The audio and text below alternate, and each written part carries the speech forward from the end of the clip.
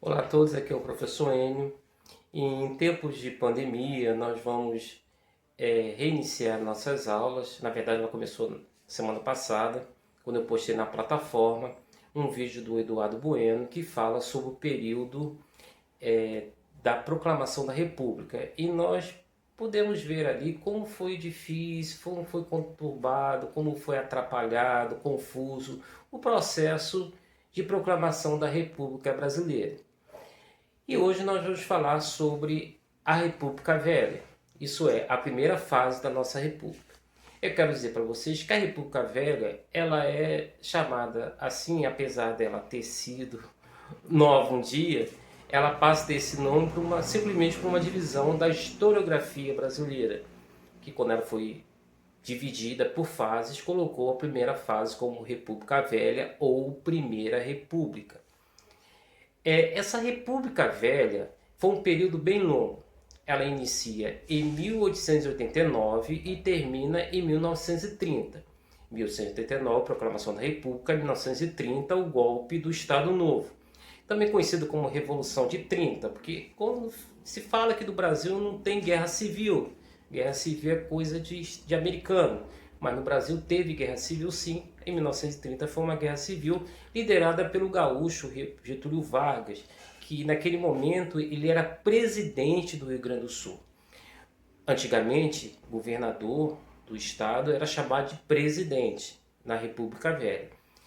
E aí começa o período do Estado Novo que nós vamos falar lá na frente. Mas vamos voltar para a República Velha.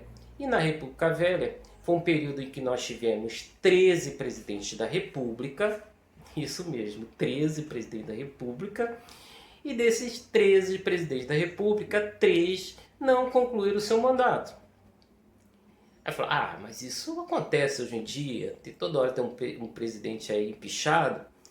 Mas nesse caso, logo o primeiro presidente, que foi Deodoro da Fonseca, renunciou. Logo de cara, nossa república já começa com um presidente renunciando ao cargo de presidente da república. Nós tivemos outro presidente que renunciou, ou melhor, que morreu no exercício do mandato, que foi Afonso Pena. Esse pegou uma pneumonia, e pneumonia era fatal naqueles tempos. E o outro foi o Washington Luiz, que foi deposto por Getúlio Vargas. E nós tivemos também um presidente que nem tomou posse. Ele ganhou a eleição, que foi Rodrigues Alves, no seu segundo mandato. A gente tem que ver também que naquela época o mandato presidencial, você não poderia ter 2 mandatos em sequência. Então ele teve um mandato, no segundo mandato ele, com um período de um mandato para o outro, ele se reelegeu, só que ele foi acometido da terrível doença da gripe espanhola, muito similar com o coronavírus nos nossos dias. E aí, esse período da República é um período extremamente conturbado, um período violento, aí inclusive desconstrói aquela ideia de que o brasileiro é pacífico. A história brasileira, no período da República Velha, tem muitos conflitos, muitas revoltas e muita instabilidade política. E o que nós vamos ver a partir de agora. Então vamos começar a falar sobre as fases da República. A República Velha está dividida em 2 fases. A primeira fase é conhecida como República da Espada e a segunda, República Oligárquica. A primeira fase, ela é assim conhecida, vocês podem estar se perguntando por que República da Espada. É porque ela foi exercida por militares. Então nós tivemos 2 militares nesse período que completaram um mandato só, um mandato de 4 anos. O mandato presidencial naquela época era de 4 anos, como é hoje. E a segunda fase é a República Oligárquica. Ela era exercida, ela tinha esse nome, a palavra oligarquia, ela está ligada ao governo de poucos, isso é, de poucos privilegiados. Então a República Oligárquica era exercida pelos grandes produtores de café, os grandes latifundiários, paulistas, mineiros, que exerciam poder nesse período. Então são as 2 fases da República Velha do Brasil. Então vamos falar da primeira fase da República Velha, que foi a República da Espada.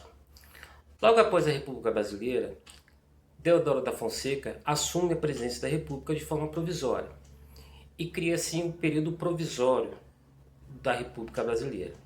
Então, esse momento em que a República Provisória está instaurada, dois desafios tinham que ser resolvidos. O primeiro, criar uma Constituição republicana e tentar resolver os problemas econômicos que começou no final, na crise do Império Brasileiro e adentrou a República Brasileira.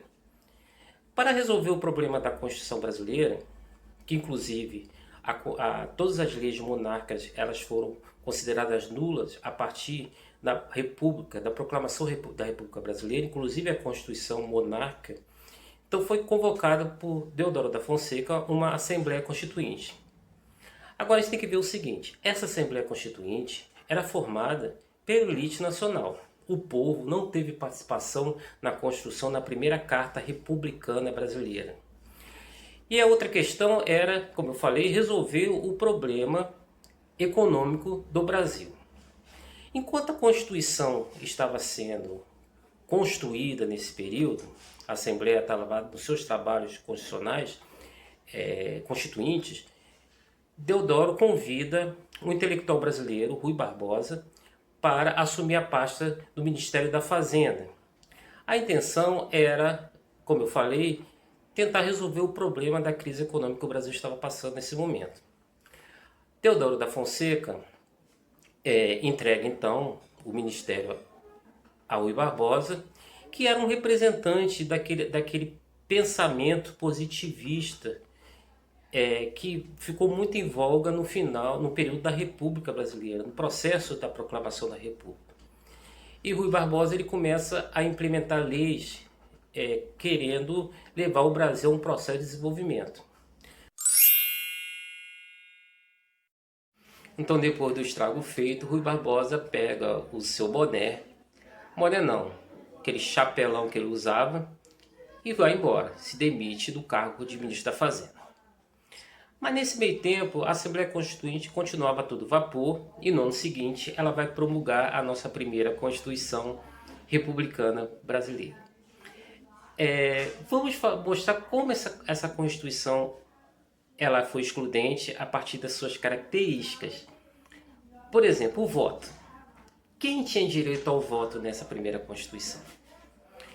Quem tinha direito ao voto era homens, isso é, sexo masculino, maior de 21 anos, alfabetizados.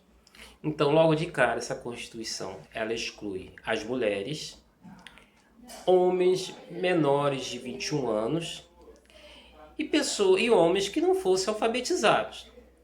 Se a gente pensar que grande parte da população ela é feminina, grande parte dos homens eram de analfabetos e grande parte dos homens eram maiores de 21 anos, já que a expectativa de vida do brasileiro, do sexo masculino naquela época, não chegava a 40 anos de idade, você já excluiu uma grande parcela da população. Alfabetizado no Brasil representava naquele período em torno de 20% da população. Você tirando a população feminina, ela se reduz muito mais ainda. O que mostra como o voto, que era aberto, ele praticamente excluía grande parcela, a maioria da parcela da população brasileira. Outra coisa interessante que foi que esse voto era chamado de sufrágio universal, dentro dos moldes que eu falei, aberto. Isso é, o voto não é secreto. Então, quando você votava, todo mundo sabia em quem você estava votando. Isso gerava um grande controle das autoridades e os domínios das oligarquias locais sobre o voto.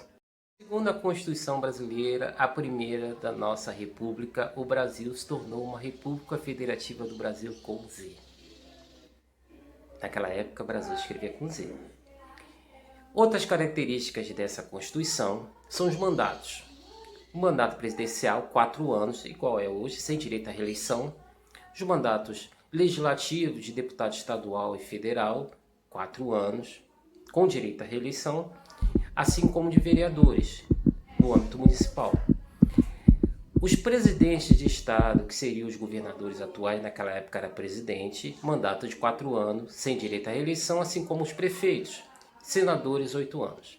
Mas uma coisa importante, nenhum deles mesmo, eram mandatos vitalícios, isso é para a vida toda, assim como é hoje. Então essas foram as principais características da primeira Constituição Republicana Brasileira.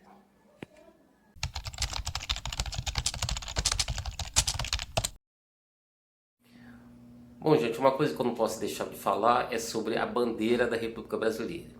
A bandeira da República, isso é, a primeira bandeira da República Brasileira era muito parecido com a bandeira norte-americana. A única diferença é que era verde e amarelo. Isso já mostra que a elite brasileira, desde os tempos do Império e da República Brasileira, já tinha uma identificação muito grande com o modelo Made in USA.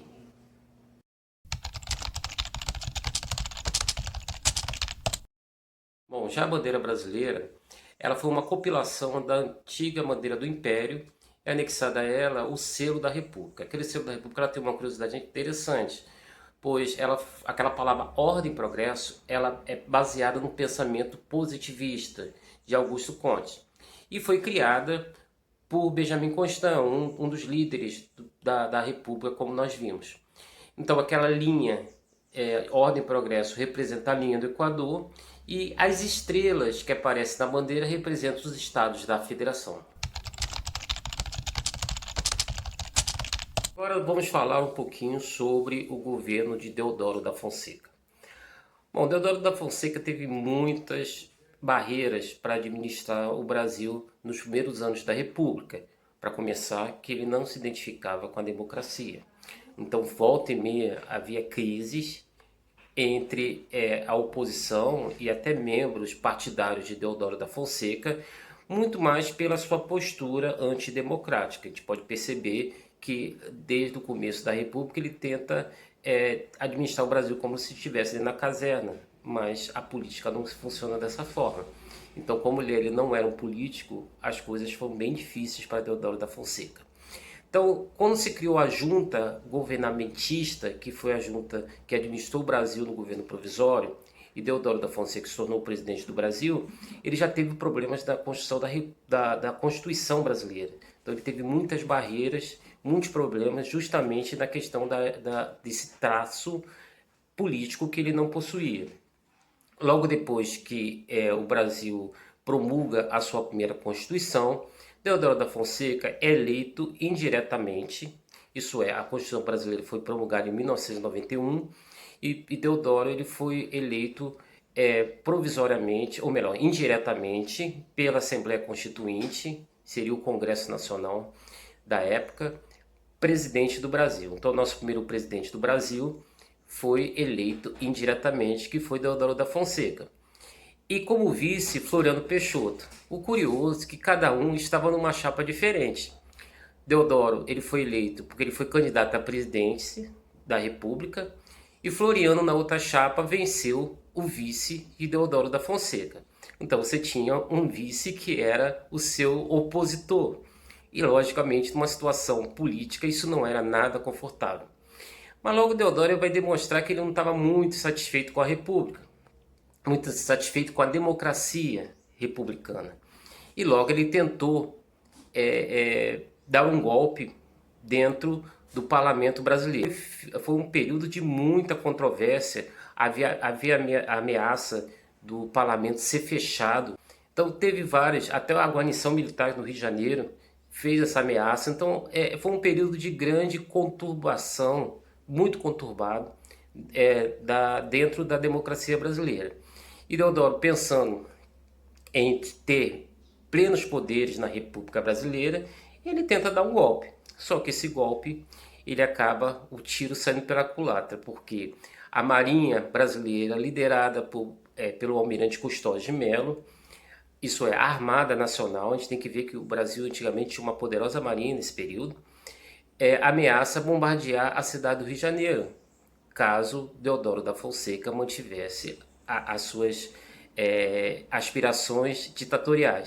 Inclusive bombardear o Palácio do Catete, que naquela época você não tinha o aterro do Flamengo. Quem conhece o Rio de Janeiro, você pode perceber que do mar até o Palácio do Catete é bem longe, tem mais de 1 quilômetro, mas naquela época o Palácio do Catete ficava na beira do mar.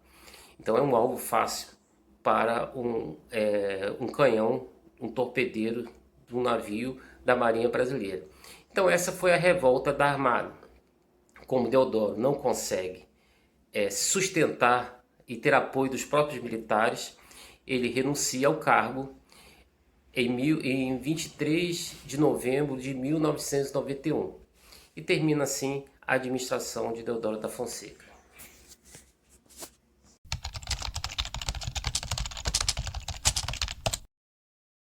Então começamos o governo Floriano Peixoto. O governo Floriano Peixoto não foi diferente de Deodoro da Fonseca. Foi com muitos embates e crises políticas. A primeira crise foi uma crise de legitimidade, em que movimentou fortemente a oposição sobre o Floriano Peixoto. A Constituição brasileira dizia, caso o presidente renunciasse e não tivesse completado mais da metade do seu mandato em mais um dia, deveria o presidente, o vice-presidente que assumisse, deveria convocar novas eleições. Mas Floriano Peixoto dizia que isso não valia para ele, porque ele foi eleito indiretamente e não através do voto popular do povo. E começou então uma crise entre o meio político para que Floriano Peixoto convocasse eleições presidenciais, coisa que ele não fez. Logicamente isso vai gerar uma forte crise dentro do governo de Floriano Peixoto. Todo político autoritário, Floriano não se dava bem com a oposição. Com isso, ele começa a perseguir todos os seus opositores políticos.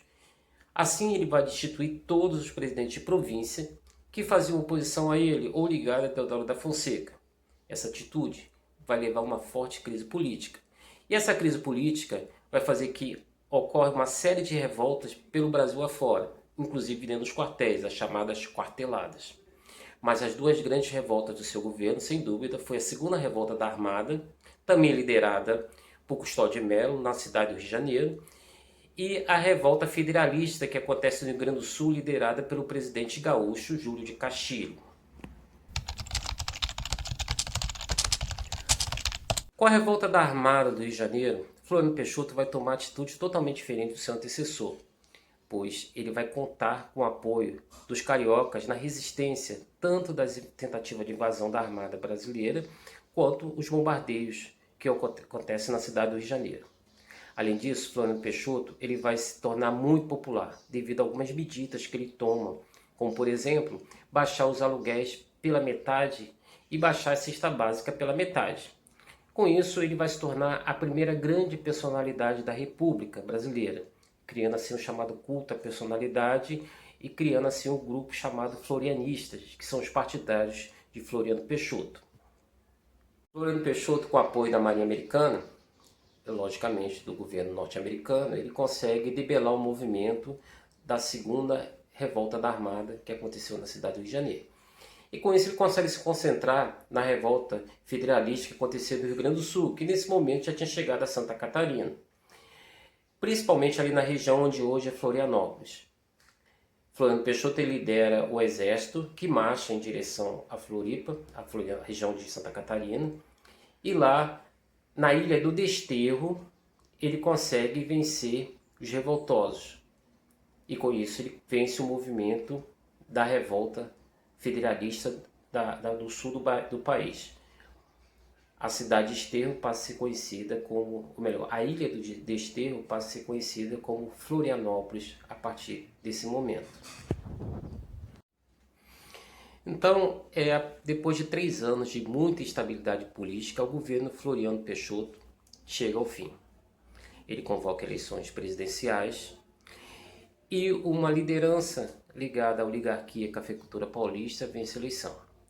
Como Floriano, durante seu governo, não conseguiu, devido às revoltas e crises internas, fazer uma sucessão, Prânio de Moraes ganha facilmente a eleição. E o Prânio de Moraes passa a ser o nosso primeiro presidente da República eleito pelo voto direto. Floriano Peixoto encerra sua carreira política e pessoal. Ele passa a morar na Fazenda da Divisa, que é um bairro próximo a Resende, que é o bairro de Floriano, na cidade de Barra Mansa. e ali encerra a sua carreira. E justamente nessa fazenda que também ele veio a morrer. E assim termina a chamada República da Espada e inicia a República Oligarca, uma subdivisão da República Velha. Bom, gente, vamos ficar por aqui e na semana que vem a gente vai falar sobre a República Oligarca do Brasil. Legal? Tchau!